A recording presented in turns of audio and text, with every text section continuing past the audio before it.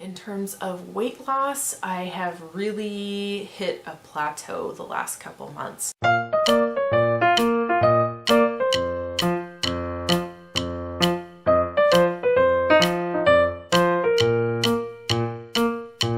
Hi guys, it's Amanda, and today I'm going to do a follow-up to the 8-month baby update I did for Sophia. And this is just going to be a short and sweet little postpartum update since I do have a few things to talk about since my last one.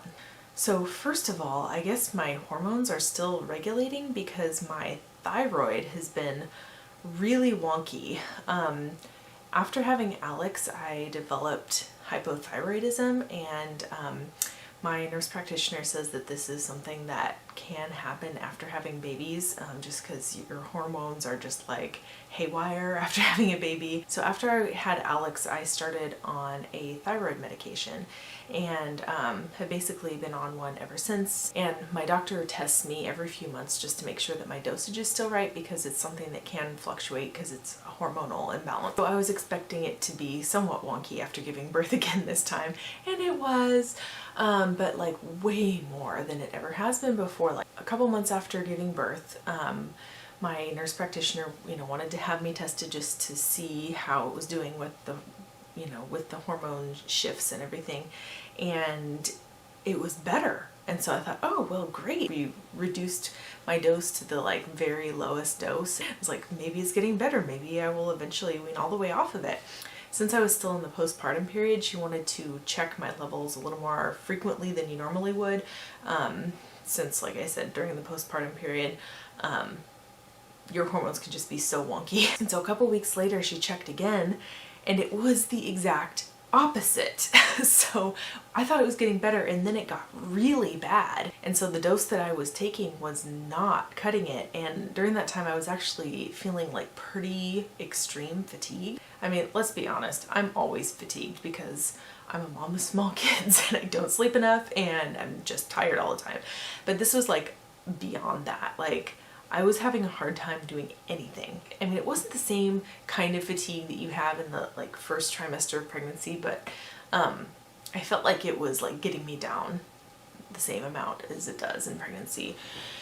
And so that explained why. And so we had to change my dosage again to a much higher dosage. And that's what I've been on ever since. And so far so good. And my energy, since I did that, my energy has picked up again. So that's been going on. Something I'd really like to do if I had extra time, but who has extra time these days, right? I'd really like to research how food can help heal your thyroid, because I have read a few articles here and there, but it hasn't been very in-depth. So, I don't really feel like I have the time to go into that right now, but down the road, eventually I would like to learn, what kind of imbalances cause a thyroid disorder and what I can do specifically with food to help me heal that, since we've healed so many other things with food as well. So, but I just feel like I just don't have the time and the energy right now. So for now, I'll just continue taking the thyroid medication. In terms of weight loss, I have really hit a plateau the last couple months. I finally reached the point of being down 40 pounds, which is awesome. If you guys didn't follow my pregnancy updates, I always gain at least 50 pounds per pregnancy. It's just the way my body is. I eat really healthy and, try to stay active when I'm pregnant, but that's just what my body does. It happened in my first pregnancy when I wasn't eating as well, and then it happened in my second pregnancy when I was eating as well. So it's just what my body does. And so actually the first time I gained 55 and this time I gained 53. So I finally reached a point where I was down 40 pounds. So that was awesome.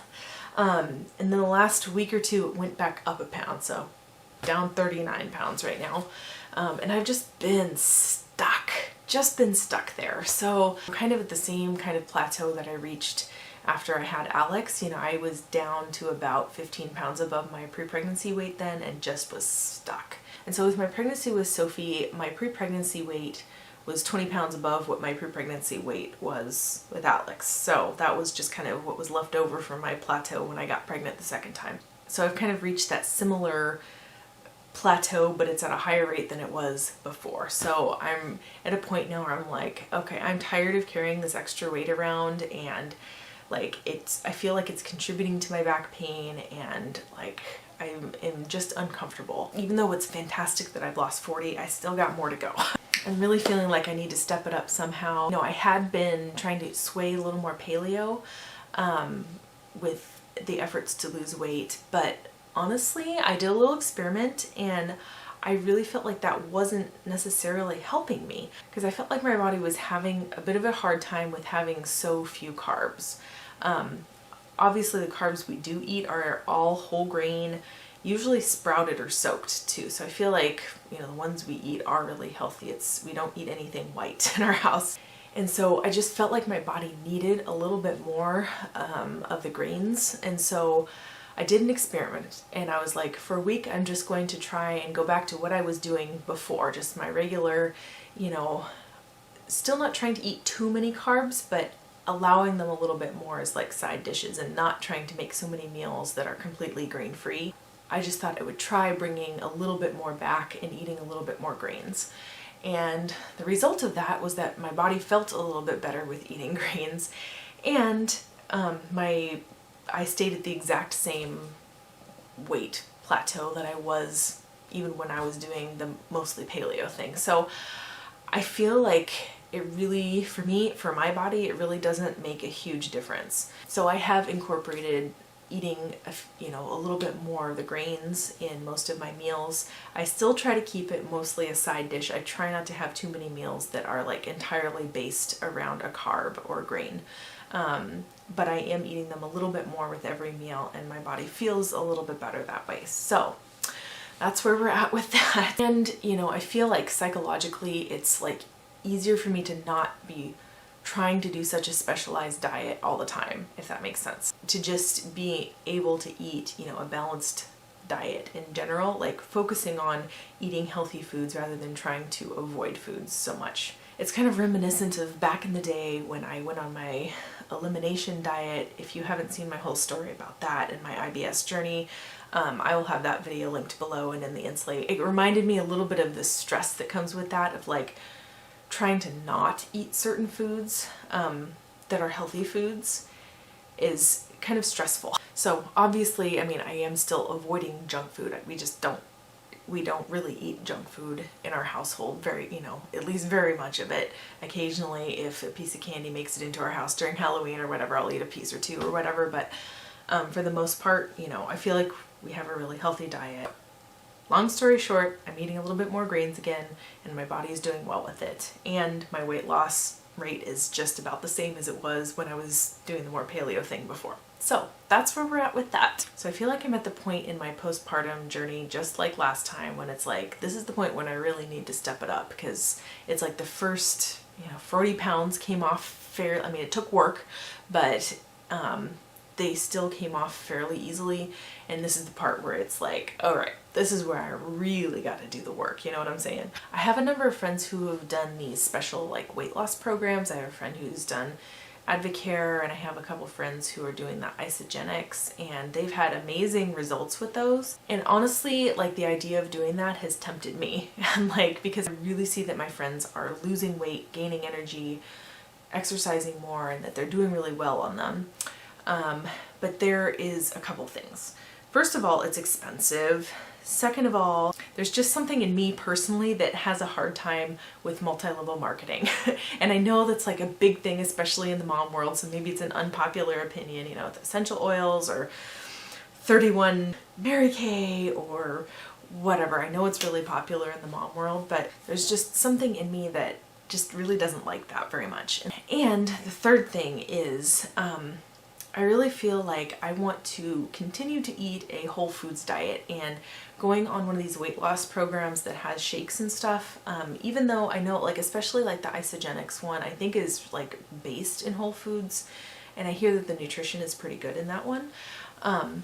However, there's a part of me that's just like, I feel like it's not natural to just drink a shake for a meal, you know. I still feel like I want to do it the old-fashioned way, you know, like diet and exercise. I just feel like that's basic common sense, and that's what I'd really like to do. But there's something that's still inspiring to me about seeing my friends lose the weight, and you know, they do these shakes. And so I was like talking to my husband about it. He's like, well, why don't you go on a smoothie diet? Because that's something we're doing anyway. We do a lot of green smoothies. And I said, well, it's a lot of work to do it that way, just because you have to make more smoothies than usual, and that takes a lot of time. And my time is limited with little kids. And so, but I was thinking, well, maybe that's what the extra effort is that I'm gonna have to put in. So I actually just ordered a book. I can't remember what it's called. I can't remember the exact title of it now, but I'll insert a picture here.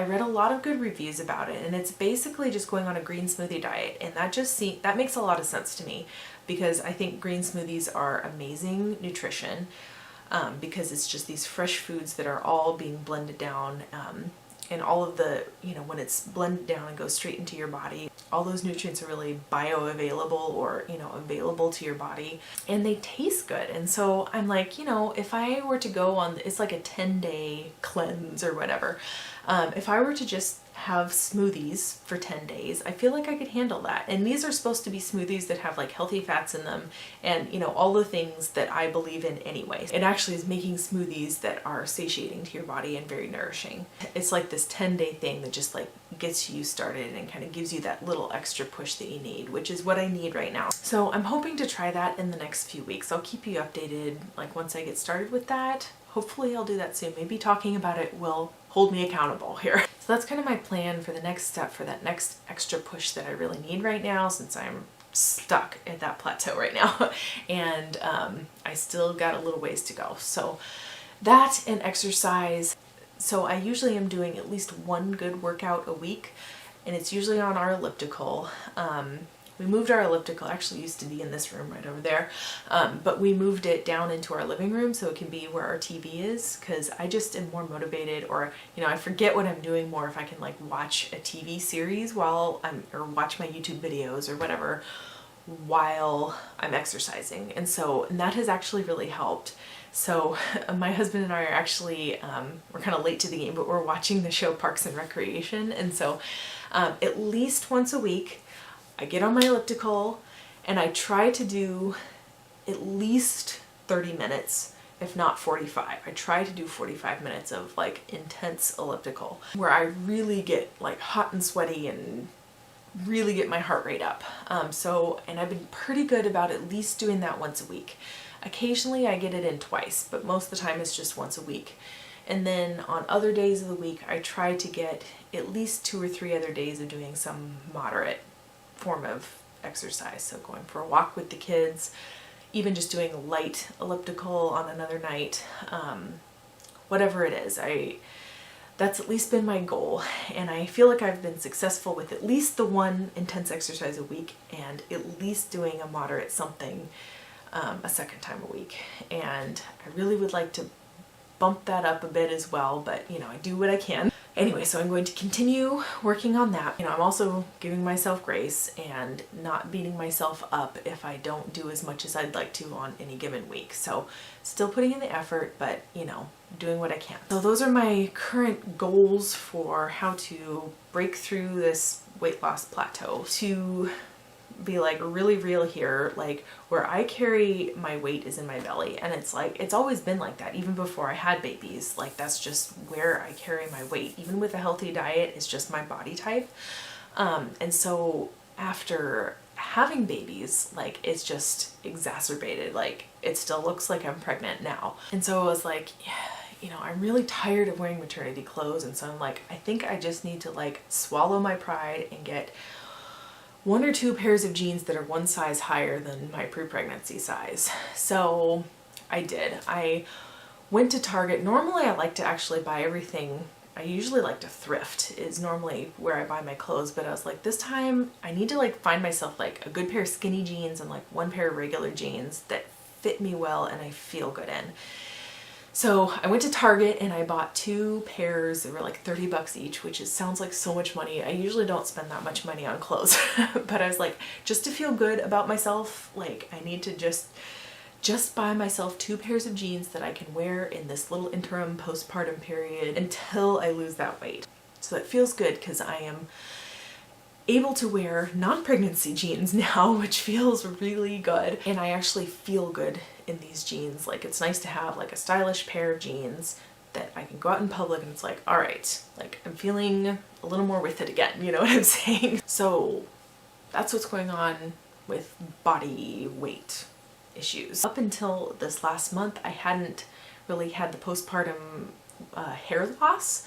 I had that with Alex, and I've just been so busy that I wasn't even like thinking about it. I have, you know, one of my friends that I like shared my pregnancy along the way. I remember her saying about 4 or 5 months postpartum that she really started getting that hair loss. I was like, well, it hasn't really happened to me yet.